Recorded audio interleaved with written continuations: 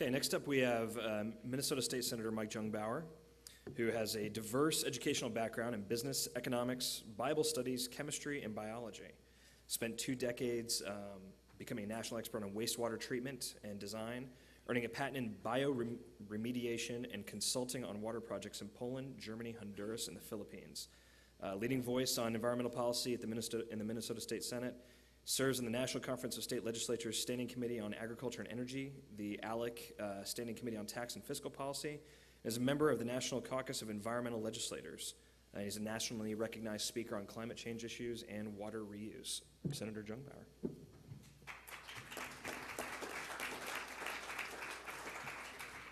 Well, it's really fun to be here this morning as Minnesota is still in legislative session. I decided on Sunday morning as we got relieved from session at 6:45 a.m. and I got 3 hours of sleep that I would come here to be able to talk to you. So how many people are not from Minnesota? Raise your hands. Okay, because you are the people I'm here to talk to, I will tell you what not to do and how you can attract our businesses, because we don't have a great business climate in Minnesota, and we're not sure at the end of session it will be any better, but we'll see how that all works out. I did get an update. They said they went into special session.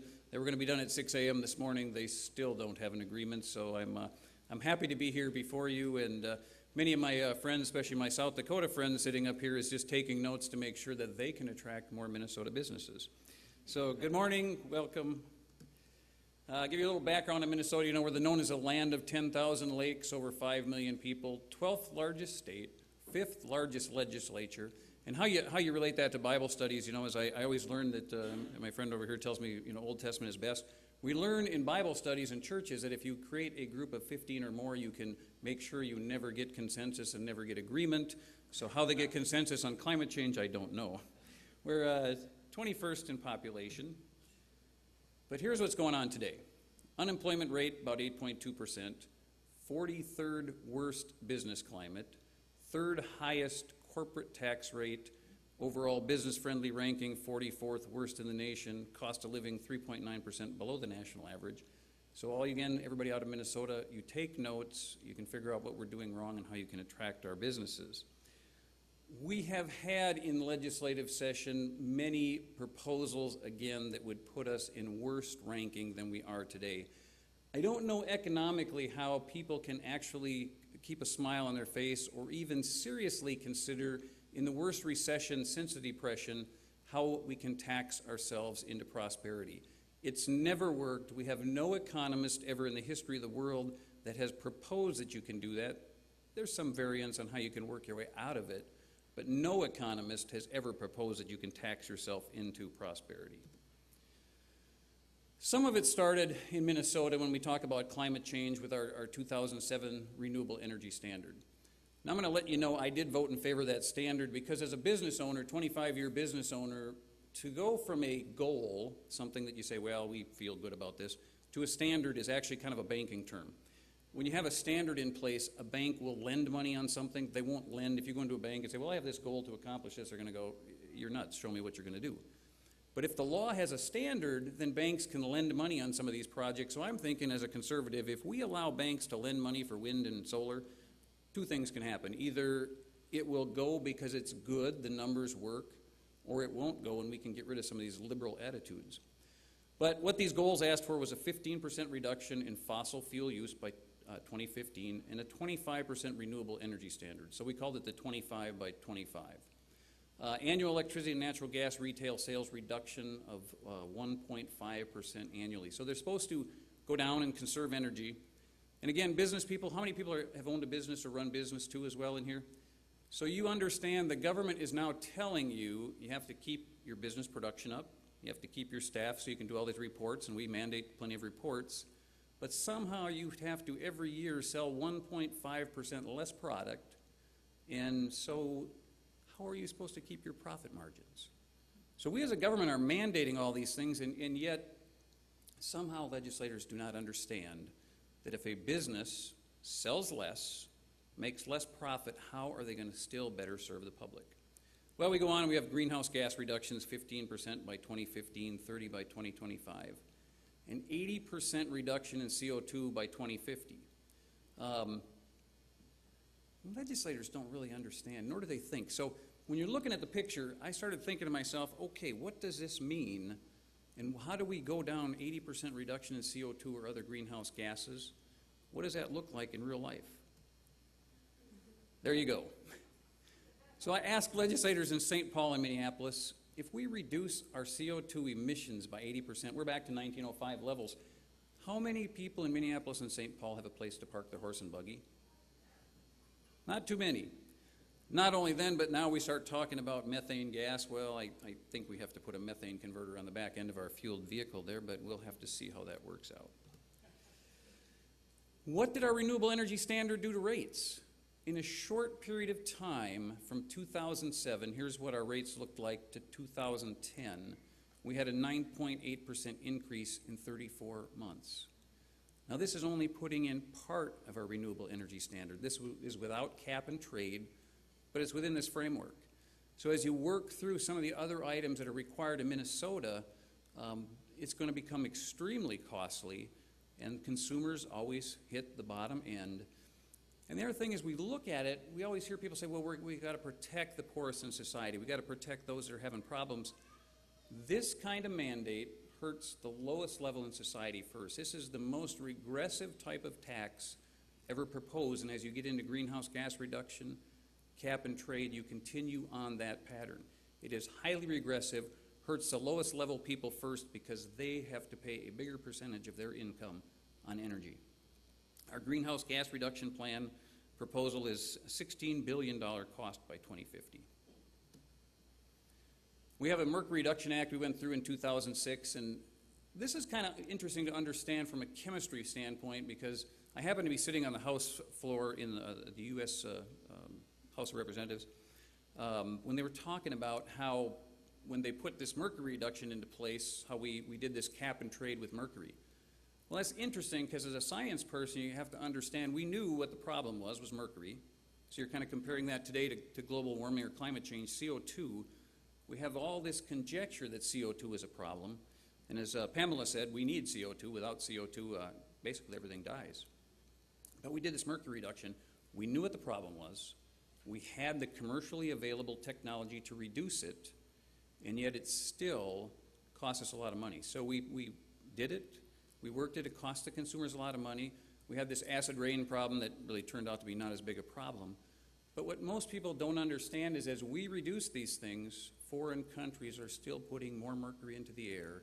Increasingly, it gets up into the jet stream, and that deposition of mercury still comes over to the United States.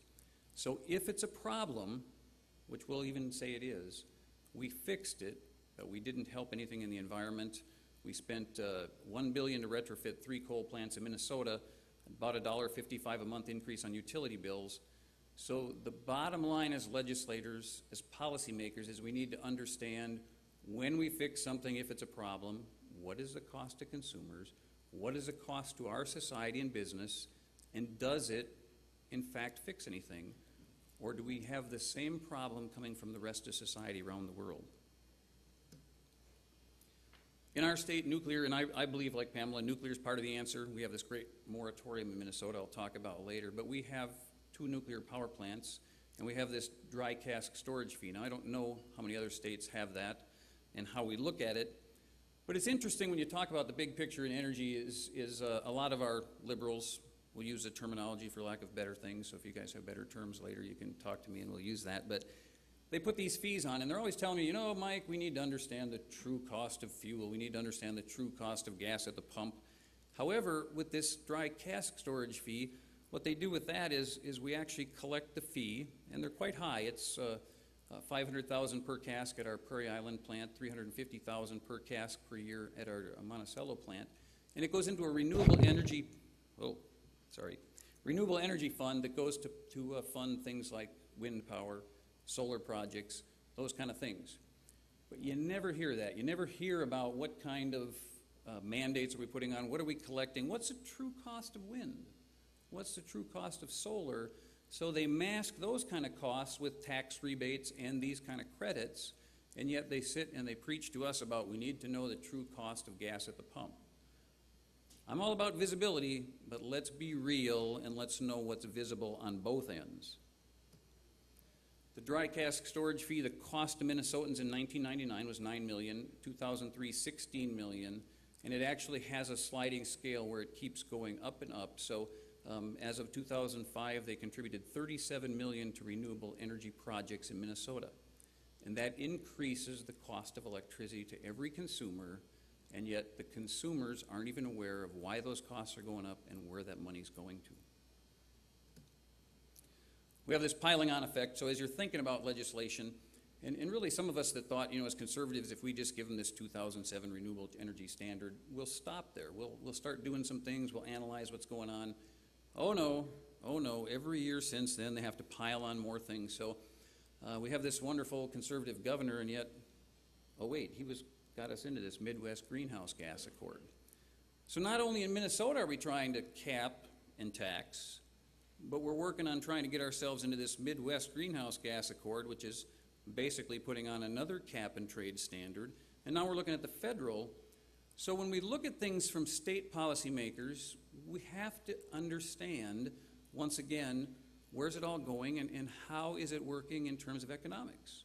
When you have a piling on, when you pile it on in Minnesota and tax the consumers, and then you do it at a regional level, which adds back to the Minnesota, and now you're going to do it at the federal level, you have a huge tax burden, and nobody's talking about that. The legislators, whether at the federal level or a Minnesota level, any state, think of how they talk about when they're trying to pass something. They'll tell you, oh, it's just this little sliver, and it's only a small addition onto the cost.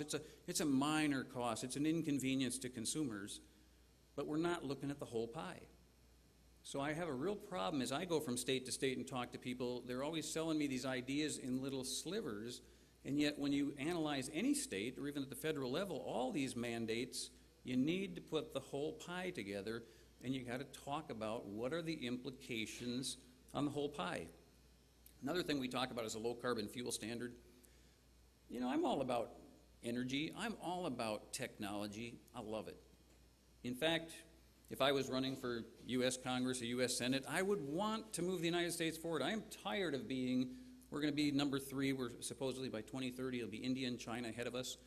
I want to be number 1. I want to be the best country, and I even want Minnesota to be the best state at energy and innovation. But you can't do it with dumb science. And we get these low-carbon fuel standards where they come in and they start saying, well, we got to take this out and, all this CO2. Well, I get back to the point of fact, so here's your stupid trivia for the day. Do you know if CO2 drops below 175 parts per million? Nobody talks about this. We go into what's called the dead zone. Plant life, animal life cannot exist very long at below 175 parts per million. So we're at 385, 390 now. Plants grow good.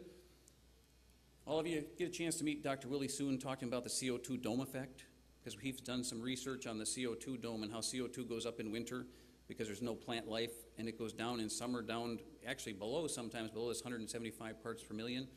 So we need a certain amount of CO2. So why we can look at energy and innovation, if we drop our CO2 levels down below a certain point, we start losing our urban forest lands. There will not be enough CO2 production in the cities. So you have to start factoring all this. You need to know the science. As policymakers, you need tidbits of every bit so you can really make good policy. More piling on the energy. Environmental Protection Agency, as Pamela talked about, when they start talking about CO2 as a contaminant, as an environmental toxin, they're wrong. Because again, life cannot exist without CO2. Now in Minnesota, we have this great attorney general that filed a friend of the court petition. It's kind of interesting because the states around us filed in opposition against calling CO2 a contaminant. So we, once again, Minnesota is this island in the upper Midwest, and of course, our friends from South Dakota love that. They come to Minnesota for the taxes, but if you want to run a business, go to South Dakota. Everything we do makes it harder for Minnesota to exist. We export businesses every year, and I think it was a couple sessions ago, we were sitting in there, we were talking about 3M. We have some good Fortune 500 companies in Minnesota. And I had senators sitting around me saying, no matter what we do, 3M will never leave jobs in Minnesota. And we passed some laws, and I can't remember exactly what it was, but it was some of the renewable energy mandates. And they said 3M won't move these jobs. Well, that summer, 3M announced moving 1,350 jobs, not to another state, out of the country. Friends, we have to think about that. We have to think about what we do, not only in our states, but around the country, and is it based on sound science, and what are the economics, where are we going, and where are we putting the United States on the face of the world? The new one, the American Power Act, doesn't that sound good? See, they always think of, conservatives always think in terms of realistic titles, but liberals always think of how do we make it sound good to the people. The American Power Act, we're going to price carbon at $12 to $25. I think this is the latest Lieberman carry bill. But they're talking about tariffs, imports, low carbon fuel standards, $2 billion in research and development for carbon capture and sequestration. My area of expertise in biochemistry is actually bioremediation, but remediating also water and wastewater. So another thing, if you can take something to the bank here, I'm going to tell you something in my opinion. This is my opinion, so when it's my opinion, I'll give you the quote marks. Carbon capture and sequestration will never, never, never be commercially viable. If we have a carbon and carbon dioxide problem, we need to capture it and reuse it in other industry, whether we're using it to perhaps develop sheetrock, perhaps for other issues in terms of mixing it with lime and other things. We can use it or even capture it and enhance greenhouses. Bachman's greenhouses in Minnesota actually captures all the CO2 from different campuses and pumps it in their greenhouses. They know and understand that if you put enough CO2 into the air, you can quadruple the growth rates of plants. So we need to capture it. We need to, whether we're growing rapid growth for, say, I don't know, some kind of bioplants for energy, we need to capture it and reuse it. But this capture and sequestration will never, never, never be commercially viable. It costs too much money. We don't really know how to store it. And again, we're wasting taxpayer money. So 7,500 factories and power plants are affected. It's true cap and trade. It's another thing the government will try and will not do it right. Barriers to achieving our state goals. We have the nuclear moratorium, 16-year ban in Minnesota. They keep saying, well, you can talk about it, but really nobody talks about it. If we have a ban, why would you talk about it? Why would industry come in and try to put a proposal together when they know it's already banned? Zero emissions. Yes, you don't have the emissions. Yes, nuclear is not as cheap as coal, but it's an option. And again, we don't want to take the ban off in Minnesota because we don't want to talk about it. Other barriers, we have this CapEx 2020. We talk about power lines. When you have renewable energy, what most people don't understand about power lines and transmission lines as well is, for some reason, liberals think you can just plant a windmill here and hook it onto the power line. Well, there's power lines there, but the way it goes in Minnesota and in most states around the country, when you go through the Public Utilities Commission to get a power line built, you can only build it for what you need today, meaning there is no excess capacity on our power lines in Minnesota. So we have a big problem with transmission lines. They're desperately needed. All projections say we'll need more energy. Well, of course, the liberals in our state, I don't know what they do in your state, but now they're saying, oh, well, those energy demands are way off. Those projections are way off. Well, of course they are. We're in a recession. What are we going to do when we come out of the recession and industry needs to power up? We need to start manufacturing again. What are we going to do if we're basing all our projections on recessionary numbers? It's not going to work, and yet they will sit there and say, we don't need new power lines, we don't need new power plants, look at the energy we're using today. You have to wake up and smell the roses. Bureaucratic red tape. The reason I use PowerPoints is I just know that some of you want to look at nice pictures, so we try to find nice pictures, but everything, we have a great not in my backyard attitude in Minnesota. In fact, this year we had proposals for different things by people. Minneapolis was probably the worst, where they said, oh, only in this certain area, in this certain population, with this certain kind of buildings and commercial, you cannot locate a power line. I'm okay with that as long as you want no power. So as long as they want to add an amendment to that says, okay, if we can't run a power line through this district, well, then you can't hook up to the power as well. I'm okay with that. But that's the kind of thing people keep putting. We keep putting legislation that says not in my backyard. We had a lot of legislation on eminent domain. Power companies have a certain way of looking at, and it's actually a clearer path in eminent domain to locate transmission lines so we can get them through to serve the needs of the public. And yet this year we had more language that came through, creating laws about making it tougher to use eminent domain for locating power lines. Now, whether you're a believer in eminent domain or not isn't the question. The question is, do we need power lines or do we not? And will we build them to actually handle these renewable energy standards? North Dakota, any North Dakota people here? Oh, we got one, all right. Thank you, thank you, thank you. North Dakota wants to sue Minnesota for, under the the Commerce Clause. We put this in statute that no utility can import electricity from a large fossil fuel-fired power plant built in another state that was not operating on January 1st, 2007. So North Dakota wants to expand power plants. We get a lot of our power from outside of Minnesota, in fact 80%, and I shouldn't say 80%, no, I'm sorry, 800,000 customers. And we're going to tell them we can't get it from North Dakota. Nor can North Dakota put its power through Minnesota to another state. I mean, how does that work? How does Minnesota tell everybody else what we're going to do? So here it is, 800,000 Minnesotans currently receive electricity from North Dakota. Access is a problem. What we mandate in Minnesota or any other state, you're not thinking of the big picture. And so I don't know what legislators think, but I do know from my biochemistry background that all legislators, and maybe it's in your states too, they think that the laws of physics and chemistry are suspended at the border.